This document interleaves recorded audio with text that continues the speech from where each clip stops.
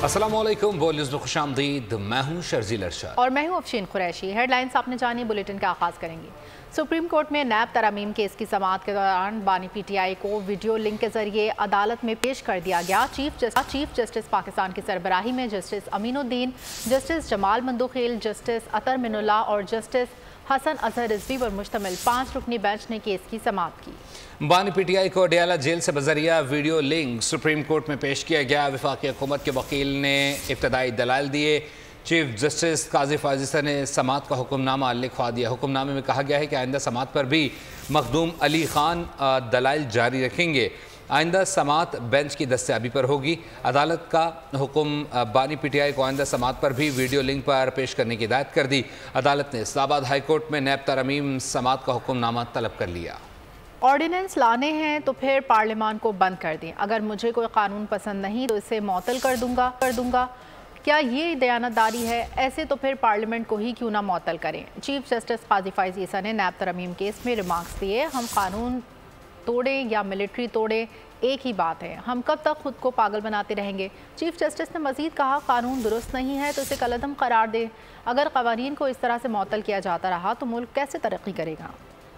नैब तरमीम केस की समाअत, धुआंधार दलाइल, ऑर्डिनेंस लाने हैं तो फिर पार्लियामान को बंद कर दें। चीफ जस्टिस के कड़कते रिमार्क्स। चीफ जस्टिस काजी फाजिसा ने रिमार्क्स दिए, अगर मुझे कोई कानून पसंद नहीं तो इसे मुअत्तल कर दूं। क्या ये दयानतदारी है? ऐसे फिर पार्लियामेंट को ही क्यों ना मुअत्तल करें। हम कानून तोड़ें या मिलिट्री तोड़े, एक ही बात है। हम कब तक खुद को पागल बनाते रहेंगे। चीफ जस्टिस ने कहा, कानून दुरुस्त नहीं है तो इसे कलअदम करार दे दें। अगर कवानीन को इसी तरह से मुअत्तल किया जाता रहा तो मुल्क कैसे तरक्की करेगा। क्या हम कभी बतौर मुल्क आगे बढ़ सकेंगे। एक कानून को मुअत्तल करके फिर रोजाना केस को सुनकर फैसला तो करते। क्या कानून मुअत्तल करके बेंच इसके खिलाफ बनाकर दीगर मुकदमात सुनते रहना, क्या ये इस्तेहसाल नहीं। चीफ जस्टिस ने रिमार्क्स दिए कि 2 तशरीहात हो सकती हैं कि अपील का हक सिर्फ मुतासरा फरीक तक महदूद किया गया। इस तरह तो मुतासरा फरीक में बिल पास करने वाले हुकूमती बेंच के मेंबरान भी आ सकते हैं। चीफ जस्टिस काजी फाजिसा ने ख्वाजा हारिस से मकालमे में कहा, आप असल केस में वकील थे, आपके न आने पर मायूसी थी। चीफ जस्टिस पाकिस्तान ने दरियाफ्त किया, इतना तवील अरसे तक केस क्यों चला? क्या आपने केस को तोल दिया? वकील मखदूम अली खान ने जवाब दिया, जी ज्यादा वक्त दलाइल में दरख्वास्त गुजार ने लिया। चीफ जस्टिस ने कहा, यह तो बड़ा ताज्जुब है कि नैब तरमीम केस 53 समातों तक चला गया। चीफ जस्टिस ने मजीद दरियाफ्त किया कि हाई कोर्ट में ज़ेर समाअत होते हुए ये केस सुप्रीम कोर्ट में कैसे काबिल समाअत हुआ। क्या मरकजी केस के फैसले में अदालत ने इस सवाल का जवाब दिया था। बानी पीटीआई की तस्वीर सोशल मीडिया पर कैसे वायरल हुई। सुप्रीम कोर्ट इंतजामिया ने तहकीकात शुरू कर दी। ज़राए के मुताबिक सीसीटीवी कैमरे देखकर तस्वीर वायरल करने वाले की निशानदही करने की हिदायत की गई है। पुलिस तस्वीर को वायरल करने वाले के खिलाफ एक्शन लेगी। ज़राए के मुताबिक तस्वीर कोर्ट रूम रूल्स की खिलाफ वर्जी करते हुए ली गई। तस्वीर वायरल होने के बाद अदालत में बानी पीटीआई की वीडियो का साइज कम कर दिया गया। रावलपिंडी बानी पीटीआई और बुशरा बीबी के मेडिकल चेकअप का मामला। बानी पीटीआई के खून के नमूने पर पिम्स अस्पताल के अमले ने जबकि बुशरा बीबी ने मेडिकल चेकअप कराने से इनकार कर दिया। पिम्स अस्पताल के अमले ने डॉक्टर फैसल की मौजूदगी में सैंपल्स हासिल किए। बानी पीटीआई के पिम्स अस्पताल में मुख्तलिफ टेस्ट कराए जाएंगे। मेडिकल टेस्ट की रिपोर्ट्स एहतसाब अदालत में पेश की जाएंगी। डॉक्टर फैसल के इसरार के बावजूद बुशरा बीबी ने खून का सैंपल नहीं दिया। बानी पीटीआई एहतसाब अदालत में मुतादिद मरतबा बुशरा बीबी के मुआयने की दरख्वास्त कर चुके हैं। 190 मिलियन पाउंड केस की समाअत कल अडयाला जेल में होगी। नैब ने साबिक वज़ीर आज़म और उनकी अहलिया बुशरा बीबी के वकला को नोटिस जारी कर दिए हैं। एहतसाब अदालत ने बानी पीटीआई के वकला को हाजिरी यकीनी बनाने की हिदायत कर दी है। अब आप प्रॉक्सीज के जरिए जजेस को धमकियां दिलवाएंगे। जजेस की पगड़ियों को फुटबॉल बनाने की धमकियां दी जा रही हैं। जस्टिस अतर मिनुल्लाह ने फैसल वावडा की प्रेस कॉन्फ्रेंस का मामला उठा दिया। बोले, आपने ये भी करना है तो कर लें। जस्टिस जमाल मंदोखेल बोले, एक हुकूमती सेनेटर ने भी ये बात कही है। अटॉर्नी जनरल ने जवाब दिया, ये गुफ्तगू तौहीन आमेज थी। सुप्रीम कोर्ट ने सेनेटर फैसल वावडा की प्रेस कॉन्फ्रेंस का नोटिस ले लिया है। ज़राए के मुताबिक फैसल वावडा की प्रेस कॉन्फ्रेंस पर खुद नोटिस केस की समाअत कल होगी। चीफ जस्टिस काजी फाजिसा की सरबराही में सुप्रीम कोर्ट का 3 रुकनी बेंच केस की समाअत करेगा। जस्टिस इरफान सादत और जस्टिस नईम अख्तर भी बेंच का हिस्सा होंगे। अभी तक कोई नोटिस नहीं मिला। खुशी है कि ईमानदार चीफ जस्टिस के सामने पेश होने का मौका मिल रहा है। सेनेटर फैसल वावडा का सुप्रीम कोर्ट के खुद नोटिस केस पर रद्द-ए-अमल।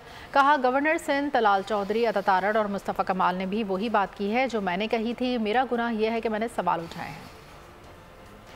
मुझे तो अभी तक कोई नोटिस मिला नहीं है और मैं अल्लाह का शुक्र अदा करता हूँ कि मुझे एक ईमानदार चीफ जस्टिस ऑफ पाकिस्तान के सामने पेश होने का मौका मिल रहा है, जिधर मैं अपनी बातें समझा भी सकता हूँ। कहीं पे बहुत सारे इतने सारे शवाहिद जो हैं वो मैं उनकी मदद कर सकता हूँ। और दूसरी और मोस्ट इम्पॉर्टेंट चीज़ ये कि मुझे कोई इतराज़ नहीं है, मुझे सिंगल आउट किया है, मेरी वाली बात, मैं तो अपनी बात पे खड़ा हूँ। इस्लामाबाद हाई कोर्ट के रजिस्ट्रार ऑफिस ने फैसल वावडे के ख़त का जवाब दे दिया। कहा, क्या आईने पाकिस्तान में जज बनने के लिए किसी और मुल्क की शहरियत या रिहाइश रखना नाअहलियत नहीं। वकील से हाई कोर्ट का जज बनते वक्त दोहरी शहरियत की मालूमात नहीं ली जाती। जवाब में मजीद लिखा गया है कि जस्टिस बाबर सत्तार के ग्रीन कार्ड का मामला सुप्रीम जुडिशल काउंसिल में डिस्कस हुआ। सुप्रीम जुडिशल काउंसिल ने डिस्कशन के बाद जस्टिस बाबर सत्तार को बतौर जज मुकर्रर करने की मंजूरी दी। यह अदालत जुडिशल कमीशन में होने वाली डिस्कशन का रिकॉर्ड नहीं रखती।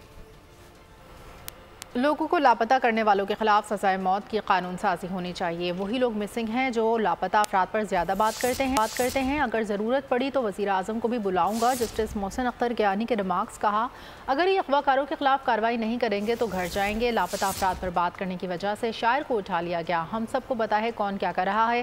केस की समाअत पीर तक मुलतवी। सिंध हाई कोर्ट में इसहाक डार को नायब वज़ीर आज़म बनाने के खिलाफ दरख्वास्त की समाअत हुई। अदालत ने cabinet secretary, prime minister secretary और दीगर को नोटिस जारी कर दिए। अदालत इस्तफसार पर दरख्वास्त गुजार ने बताया कि डिप्टी प्राइम मिनिस्टर को 90 लाख रुपए के बराबर मराहत मिलेंगी।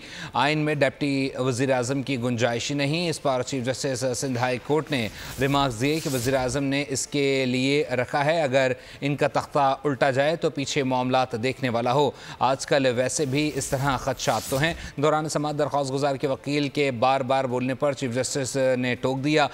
पूछा कि मना करने के बावजूद आप बोले जा रहे हैं, घर पर इतना बोल सकते हैं, आप शादीशुदा हैं या कवारे हैं? वकील ने कहा कि वो शादीशुदा हैं तो जज ने कहा ठीक है, फिर आपका कसूर नहीं। सिंध हाई कोर्ट ने फरीकैन से 30 मई तक जवाब तलब कर लिया। तारिक बशीर चीमा और जरताज गुल के दरमियान राजीनामा हो गया। कौमी असम्बली इजलास में तल्ख कलामी के बाद काफ लीगी रहनुमा तारिक बशीर चीमा ने जरताज गुल से माफ़ी मांगी। पीटीआई रहनुमा ने तारिक बशीर चीमा की माफ़ी कबूल करते हुए मामला ख़त्म कर दिया। तारिक बशीर चीमा और जरताज गुल में झगड़ा, बात तल्ख कलामी से बद कलामी तक पहुँच गई। जरताज गुल ने गाली देने का इल्जाम आयद किया। ऐवान में हंगामा मच गया। तारिक बशीर चीमा ने बानी पीटीआई पर बतौर वजीर आजम तंज किया तो जरताज गुल ने इन्हें भावलपुर यूनिवर्सिटी वीडियो स्कैंडल का ताना मारा। रहनुमा काफ लीग ने जरताज गुल को करीब जाकर कहा, आप भावलपुर यूनिवर्सिटी जाती थी। जरताज गुल ने शटअप कॉल दी तो तारिक बशीर चीमा आपे से बाहर हो गए। नाजेबा जबान इस्तेमाल की जिस पर ऐवान में शोर शराबा हो गया। सुन्नी इत्तेहाद काउंसिल के अरकान भड़क उठे। तारिक बशीर चीमा को मारने के लिए लपके। रफीउल्लाह तारिक बशीर चीमा को ऐवान से बाहर ले गए। सुन्नी इत्तेहाद काउंसिल के नुमाइंदे स्पीकर के चैम्बर पहुंचे। काफ लीग रहनुमा की रुकनियत मुअत्तल करने का मुतालबा किया। इसने वो गलीज जुबान इस्तेमाल की कि गालियाँ दी। मैं इधर आप लोगों के सामने वो गालियाँ मीडिया के सामने नहीं बयान कर सकता। इसका जो अमल है उसको जरूर सबक सिखाएंगे। इसको हमने अंदर नहीं आने देना। स्पीकर अयाज सादिक ने मामला रफा दफा कराया। तारिक बशीर चीमा ने जरताज गुल से माफी मांग ली। रहनुमा पीटीआई ने भी माफी कबूल करते हुए मामला खत्म कर दिया। तारिक बशीर चीमा साहब ने वापस अपनी पूरी डेलीगेशन के साथ आके स्पीकर साहब के चेम्बर में जरताज गुल साहिबा से अनकंडीशनल अपॉलॉजी की है और माफी मांगी। तारिक बशीर चीमा साहब आए, उन्होंने अनकंडीशनल अपॉलॉजी की। एक नॉर्म है, अगर कोई आपके पास चल के आता है अपॉलॉजी के टाइम पे यही बनता है कि मैं उनको माफ कर दूं। रहनुमा पीटीआई के मुताबिक तारिक बशीर चीमा को आइंदा सेशन के लिए मुअत्तल किया गया है। स्पीकर कौमी असम्बली सरदार अयाज सादिक ने प्रेस गैलरी से मोबाइल फुटेज बनाने का नोटिस ले लिया है। स्पीकर कौमी असम्बली और सेक्रेटरी की जानिब से बार बार निशानदही की वार्निंग के बावजूद प्रेस गैलरी से वीडियो बनाने का सिलसिला न रुक सका। स्पीकर की ज़ेर सदारत इजलास के दौरान ऐवान में बनाई जाने वाली वीडियो TV चैनल्स पर ऑन एयर करने का नोटिस मामला पैमरा को भेजने का फैसला किया गया है। मोबाइल फुटेज चलाने वाले TV चैनल्स की फहरिस्त भी स्पीकर ऑफिस को फराहम की जाएगी। स्पीकर कौमी असम्बली ने वीडियो बनाने वाले मीडिया नुमाइंदगान के प्रेस गैलरी कार्ड मंसूख करने और सख्त एक्शन लेने की हिदायत की है। IMF के गुलामों से किसानों की एक एक पाई वसूल करेंगे। ये हुकूमत PDM2 है। गंदम इंपोर्ट करने के लिए मुल्क की मईशत को तबाह किया गया। गंदम इंपोर्ट करने वालों से हिसाब लेंगे। अमीर जमात इस्लामी हाफिज नईमुर रहमान का लाहौर में इज्तिमा से खिताब। कहा, हम अपने किसान भाइयों के साथ खड़े हैं। सारे माफिया हुकूमतों में शामिल होकर गरीबों के खून पसीने की कमाई को खाते हैं। तुम किसान को बर्बाद करके कभी खुशहाल नहीं हो सकते। ये PDM की हुकूमत थी, फिर केयरटेकर निगरां हुकूमत आई, अब फिर PDM2 है। मुल्क की मईशत को तबाह किया जबकि गंदम पहले से मौजूद थी। 280 अरब रुपए की इंपोर्ट की गई। इस इंपोर्ट का भी हिसाब इंशाअल्लाह ताला इनसे लेंगे। पाकिस्तान की लूटी हुई दौलत का हिसाब यही नौजवान लेंगे इंशाअल्लाह ताला। और आपके खून पसीने की कमाई को ये खाते हैं। तुम किसान को बर्बाद करके कभी खुशहाल नहीं हो सकोगे। टैक्स निज़ाम का ऑस्ट्रेलिया या भारत की तर्ज पर ओवरहॉलिंग की जाए। IMF ने पाकिस्तानी टैक्स हुक्काम को 2 ऑप्शंस पर गौर करने की तजवीज़ दे दी है। सालाना टैक्स का हदफ 112 से 115 खरब रुपए के दरमियान फिक्स करने का इम्कान पर गौर किया जा रहा है। IMF पेट्रोल और डीजल पर 18% जनरल सेल्स टैक्स लगाने का ख्वाह है। आमदन का सूबों से बचाने के लिए लीवी लगाने की भी ख्वाहिश का इजहार किया गया है। ऑस्ट्रेलियन मॉडल में मरकज़ी इंतज़ामिया टैक्स शर का तयन करती है। सख्त रेवेन्यू शेयरिंग फार्मूला भी अपनाया जाता है। दूसरा तरीका भारतीय तर्ज पर CVAT लगाना है, जिसमें सूबाई और वफाकी हुक्काम एक ही टैक्स इंतज़ामिया में होते हैं। हमें तरक्की के अहदाफ हासिल करने की कोशिश करनी चाहिए। समाजी इशारों में हम पसमानदा मुल्कों में शामिल हैं। पायदार तरक्की के अहदाफ पर अमल दरामद से ही तरक्की मुमकिन है। वफाकी वज़ीर मनसूबाबंदी एहसन इकबाल ने तकरीर से खिताब में कहा कि हमें मनफी आवाज़ें ख़त्म करना होंगी। पाकिस्तान की मुआशी तरक्की के सिंगल एजेंडे को अपनाना होगा। अहदाफ हासिल करने के लिए जुस्तजू करें। वहीं हम पर यह भी जिम्मेदारी है कि हमारी आने वाली नस्लों के लिए हम इस कुर्रा अर्ज़ को इस हाल में छोड़ के जाएं कि वो भी हमारी अच्छी जिंदगी बसर कर सकें। पाकिस्तान में अगर आप तरक्याती मंजर देखें तो हमारा एक बहुत बड़ा अलमिया ये है कि हमारा सोशो इकनॉमिक प्लेटफॉर्म फ्रैक्चर्ड है। लेकिन अगर हम अपने सोशल इंडिकेटर्स देखें तो हम दुनिया के पसमानदा तरीन इलाकों में शुमार होते हैं। ये वो डायकॉटमी है कि जिसके होते हुए हम कभी पायदार तरक्की का हदफ हासिल नहीं कर सकते। जब तक हमारे सोशल इंडिकेटर्स भी हमारे इकोनॉमिक इंडिकेटर्स के हम पल्ला नहीं होंगे, हमारा तरक्की का सफर बहुत देर पा नहीं होगा। कि हमें एक बहुत होलिस्टिक फ्रेमवर्क देते हैं कि अगर हम उसको फॉलो करें तो हम अपनी इस डायकॉटमी को ख़त्म कर सकते हैं। कराची अब मौशी हब और रोशनियों का शहर नहीं रहा, ये जराइम का शहर बनता जा रहा है। काटी की जानिब से मुनक़्क़दा तकरीब से खिताब में गवर्नर सिंध कामरान खान टिसोरी का कहना था कि आज़ाद कश्मीर में इशू बना, वज़ीर आज़म गए और उनको 23 अरब रुपए दिए गए। कराची को भी अपने दरीना मसाइल के हल के लिए आवाज़ बुलंद करना पड़ेगी। लेकिन कई सालों से मसाइल हम सुनते चले आ रहे हैं, लेकिन वो अभी जगह पर खड़े हैं। सारे मसले हल तलब है। कराची मईशत का हब अब नहीं रहा। कराची जो रोशनियों का शहर था वो अब रोशनियों का शहर नहीं रहा। आज कराची रोशनियों के बजाय मुजरिमों का शहर बनता जा रहा है। आज़ाद कश्मीर में इशू बना, आज वज़ीर आज़म वहाँ पहुँच गए, 23 अरब रुपए उनके अकाउंट में ट्रांसफर हो गए और मामला हल हो गए। तो हमें भी, मैं ये नहीं कह रहा कि कोई ऐसा काम करे जो कि वहाँ हुआ, लेकिन हमें आवाज़ तो उठानी पड़ेगी। खबरों के सिलसिले को आगे बढ़ाएंगे और यहाँ आपको बताएंगे इदारे तरक्यात में आवाम की ज़मीनों को गैर कानूनी तरीके से ट्रांसफ़र करने के इंकशाफात। बोल न्यूज़ की निशानदेही पर DGKDA ने जालसाजी पर इंक्वायरी कमेटी तश्कील दी। जालसाजी से ज़मीनों को ट्रांसफ़र में लैंड डिपॉजिट और रिकवरी डिपार्टमेंट IT डिपार्टमेंट मुलविस निकला है। आपको बताते चलें कि इदारा तरक्यात में अवाम की ज़मीनों को गैर कानूनी तरीके से ट्रांसफ़र करने का इंकशाफ है। बोल न्यूज़ की निशानदेही पर DGKDA ने जालसाजी पर इंक्वायरी कमेटी तश्कील दे दी है। मज़ीद जान लेते हैं बोल न्यूज़ के नुमाइंदे वजाहत अली आब्दी से। वजाहत अपडेट कीजिएगा।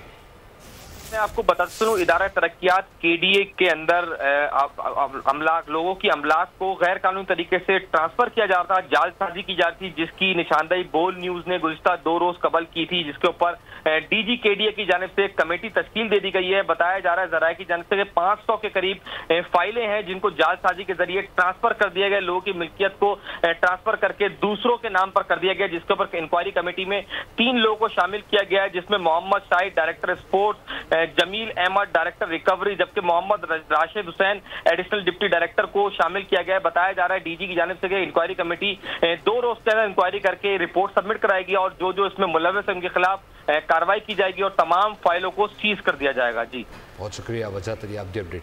Chairman joint chiefs of staff committee general Sahir Shamshad Mirza का Pakistan navy war college Lahore में 53वीं PN स्टाफ कोर्स की शुरका से खिताब। रिवायती और गैर रिवायती खतरात से निपटने के लिए मुसल्लह अफवाज की कोशिशों को उजागर किया।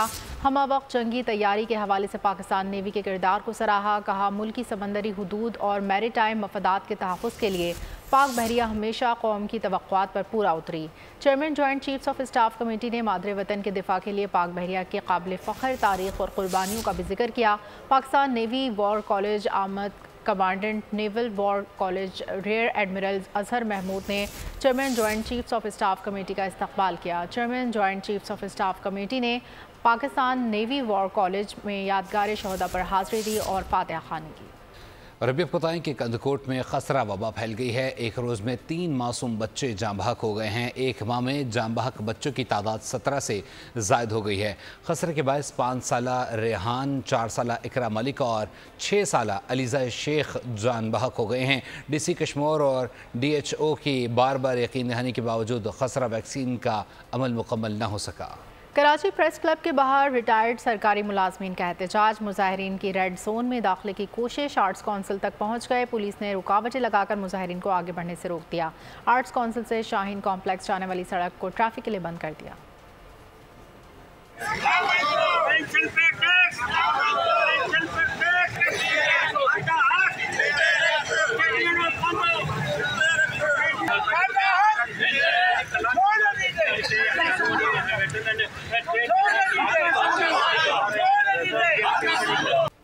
₹800 दो, भरपूर नकल करो। कराची मैट्रिक बोर्ड के इम्तहानात में खुली ऑफ़र। कोरंगी नंबर 2 के स्कूल में डायरेक्टर का छापा। स्कूल में इंचार्ज हेड मास्टर की जगह जूनियर क्लर्क सेंटर सुपरिटेंडेंट बना बैठा था। 7 अफराद को हिरासत में ले लिए गए हैं। 9वीं जमात का इंग्लिश का पर्चा भी लीक हो गया। सोशल मीडिया पर इंग्लिश का हलशुदा पर्चा पहले ही मौजूद था। कराची मैट्रिक बोर्ड के इम्तहानात में नकल का शोर। Assistant controller of examination Aamir Khan का government high secondary school 11F का अचानक दौरा। कहा स्कूल को पूरी तरह चेक किया है, यहाँ सब कुछ ठीक है, बच्चे साफ सुथरे माहौल में पर्चे दे रहे हैं, कोई बच्चा नकल करता हुआ नहीं पाया गया। असिस्टेंट कमिश्नर नकियाल की गाड़ी में कुत्ते की सवारी। अवाम के खादिमों को तौर तरीका अवाम को एक आंख नहीं भाया।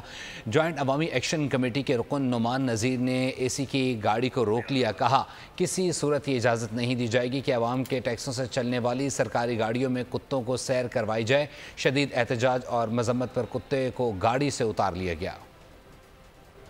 इसी के साथ ही न्यूज़ बुलेटिन से फिलहाल इतना ही। मज़ीद खबरों और अपडेट्स के लिए आप विजिट कर सकते हैं हमारी वेबसाइट bolnews.com। देखते रहिए बोल न्यूज़।